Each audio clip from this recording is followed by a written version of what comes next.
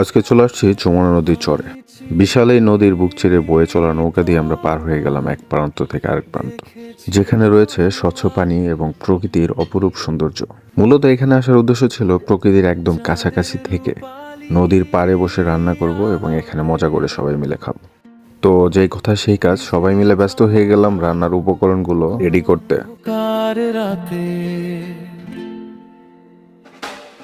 আমি বুঝেছি তোমায়,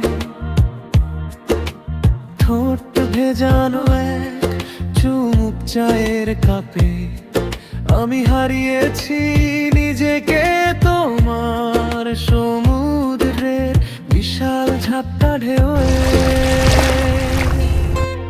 তুমি কি জানো,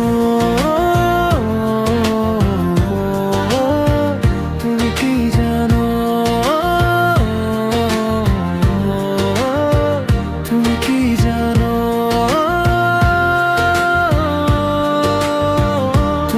একদিক দিয়ে রান্নাবান্না চলছিল, অপরদিকে আমরা নদীতে লাফালাফি ঝাঁপাঝাঁপি করে গোসল শেষে নদীর পাড়ে বসে গা শুকানোর যে মজা সেটা উপভোগ করছিলাম।